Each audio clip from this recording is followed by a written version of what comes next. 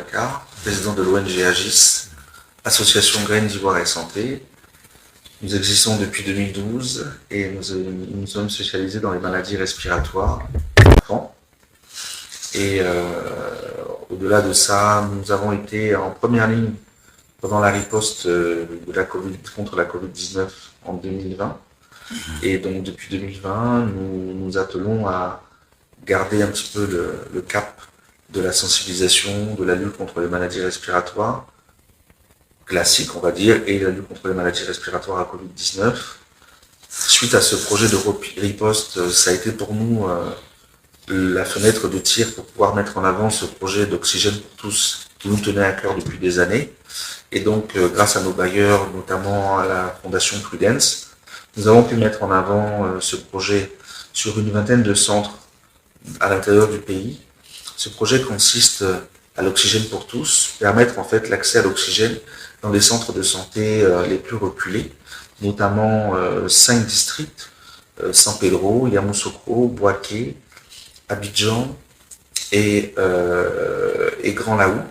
Et ça nous a permis en fait de pouvoir équiper des centres de santé, de former le personnel et sensibiliser sur l'importance de l'accès à l'oxygène pour les populations, parce que c'est une des meilleures façons de pouvoir lutter contre les maladies respiratoires en général et contre la Covid-19 lorsque c'est nécessaire.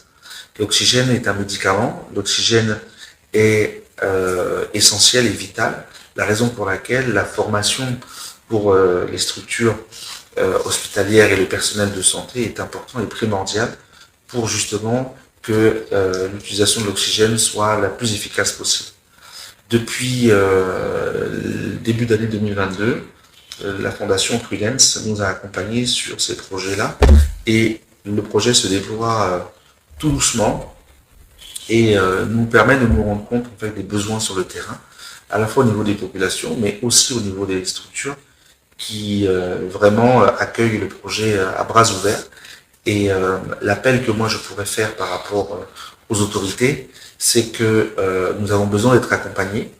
C'est vrai que le gouvernement a fait déjà beaucoup de choses en partenariat avec les ministères, avec la société civile et les médecins et les structures de santé de proximité.